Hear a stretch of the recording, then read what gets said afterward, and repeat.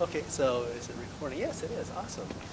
Okay. Oh, let me button up so I can look a little bit better. I'm all warm here. I'm from Arizona, so I don't really know. Nice. I'm not really used to this weather. Okay, so. Okay, since you guys are crossed that way. Okay, Courtney and Stacey. Yeah, I was like. All right, so I'm here with Courtney and Stacey. They're from Lockport, Illinois, and they're consumer science teachers who have been using KP Compass for a number of years.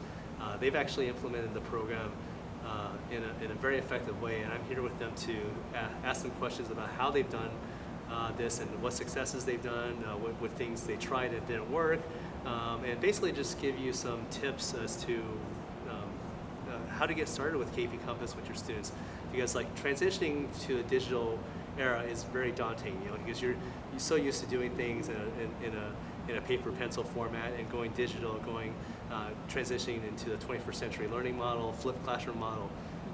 It's a big shift, and you guys had to go through that shift because you've been teaching for a number of years, and you had to do this digital transition as well, kind of like thrown into it, right? Right. And then and you found us as a solution to help you with that, and basically, what would you say to other teachers who are having struggles with integrating technology in KP Compass? I think that, so we had started with our trial, for the 30-day trial, and we had kind of looked through it, tried to put a couple things in place, see if it worked for us. After that point, we had gone to our administration. We had very strong support that they would like us to try this out and see how it worked for us. Initially, I think it was hard for us to see, like, okay, is this going, when they do check their knowledge, is this going to be their straight grade? How are we going to do this? Are we going to do a test after the fact? So we did wind up, after the fact, so they go through their module, and then we started doing a paper assessment, which now we do it as an electronic assessment. We're Google School, and we do have Haiku. So we would put it on there, and the students would take it electronically. Very cool. And I know that we liked, when we started initially, that we could sort of customize the curriculum to what worked for us and our students. So I know that was a big plus that we liked as teachers, that we could incorporate our own things, but also use what KP Compass had and customize it to make it something that worked for us and our students. So you would say that customization is a really big bonus compared to like other things we can't customize, right? And I think the customization, when you look at, there's different levels, I would say, within your program. So if you have a higher level foods class, there are things that would pertain to that, where we have a basic level foods class, so they would be different. So you could have it at your school for all of your areas and your different levels of foods classes, and have completely different curriculums to be able to use the same product. Great.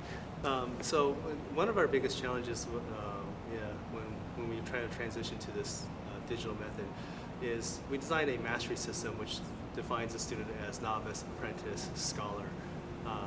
A lot of teachers have a difficult grasping that, because that doesn't really translate into a summative exam, since it's a formative exam, because they can take it over and over again. Now, how would you adapt the 3 levels of knowledge mastery with a grade book per se?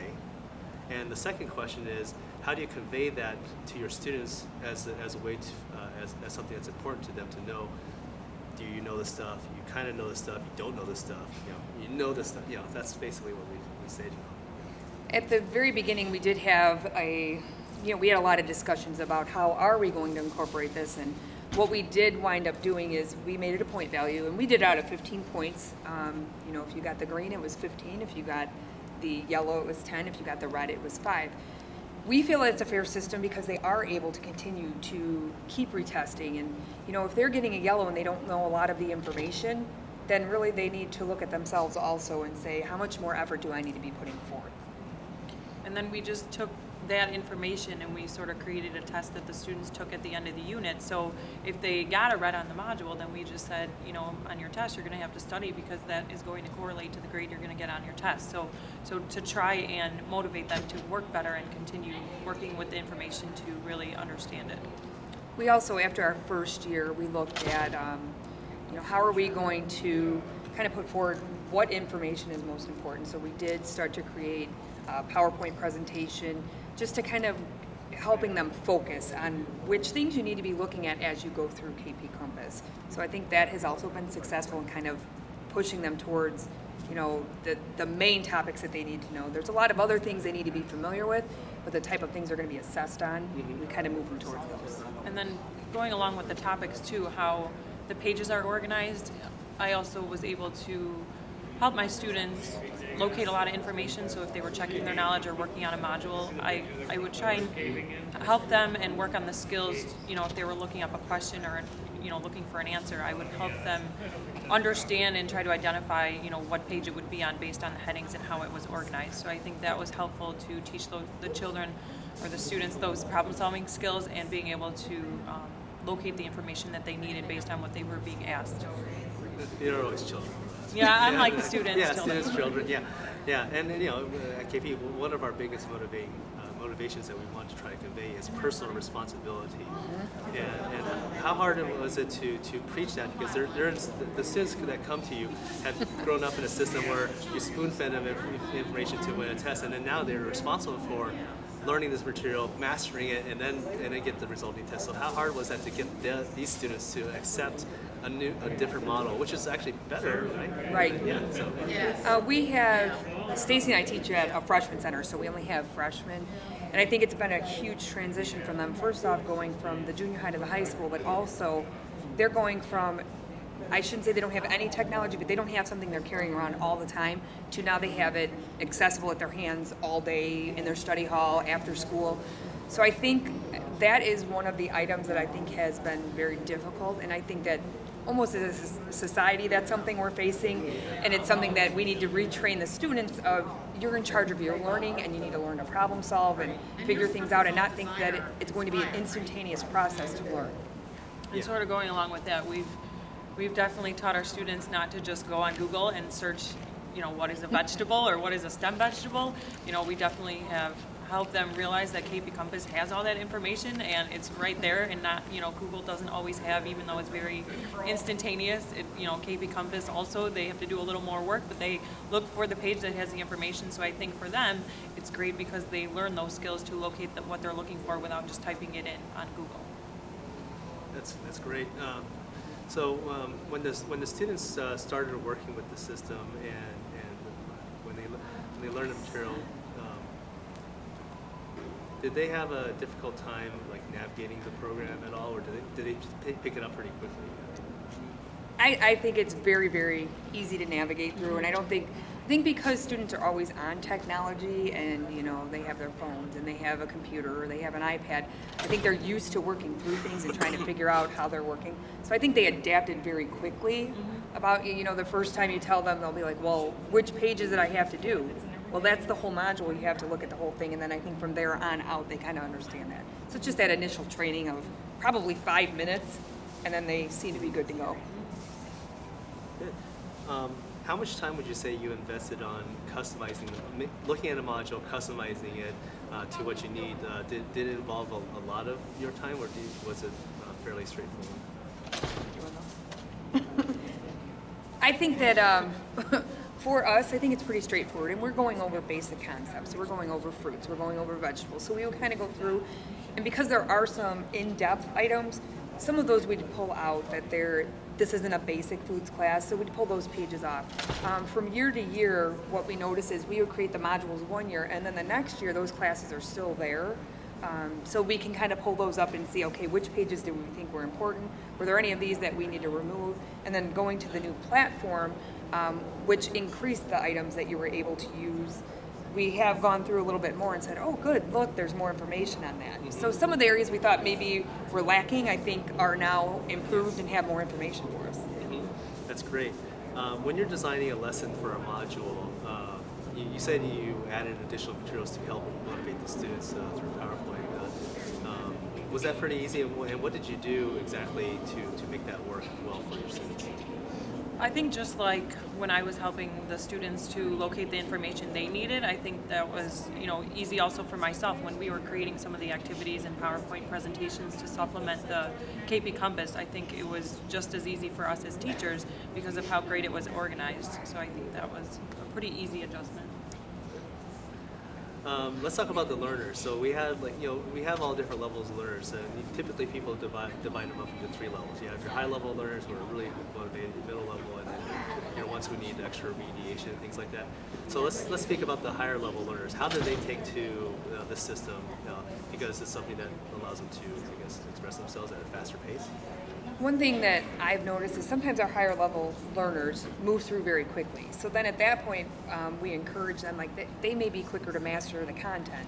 So at that point, we just continue to tell them, okay, you need to still keep continuing to read on, even though you've got a mastery level, there are some things you probably still need to learn. And then we also do have our PowerPoint, so we also say continue to work on your PowerPoint, see what you need to know for that. So basically, we just tell them to continue to learn the information, but they sometimes do move through it at a quicker level. Mm-hmm. And speaking to the lower level learners where they require extra time, what did you do to assist them? Did you have to do anything to motivate and assist them, and what did you do to get them on track? I think for the lower level learners, it was great for us as teachers because we could see if there were any particular pages within the module that the students struggled with. So it does show them on each of the pages in the module how they score. So if there's a certain topic within that unit that you needed to go back and reteach for the lower learners, I think that was helpful. And the lower level learners, I know they're just motivated to want to do better, and so using some of the other resources like Google Read and Write to read the information to them, I think that's always helpful. But I know for me as a teacher, it helps me to see which students are struggling and in what areas if I needed to reteach. And then, well, of course, the middle level learners are just our average students. Right, right, they're our average students. Yeah, that's great. I had another question, but I lost it. So out of our discussion, Keith, any other tips that come to mind to help a teacher transition to this digital learning environment? I think for us, I don't think there was a lot of research or making it difficult when you sat in it. It's going through maybe the first year, you're going to work through things, and the first year may not be as successful because it's something new to you. But as your time goes on, I would say, year 4, it's not really something that we have to continue to work on all the time. It's kind of like we got to know the curriculum. It's easier for us to know what we need to focus on and what we need to incorporate, and maybe kind of add items to, or let's do a project with this. Or so now as we're moving along, we're able to add different things. Yeah. So you hear that? Don't give up after the first year. No, because it is. Be persistent. It is because the time you invested in it, it was difficult. But now after you've done it, can you imagine going back to? No. Especially because the students can work at their level. I think that's the most important thing. They can go wherever they are and then continue to work on the module.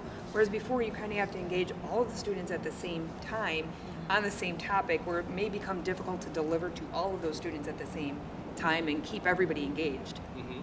Yeah, and speaking to that, like IEPs, everyone needs to design them. How has that helped? I think it's been a huge help for us.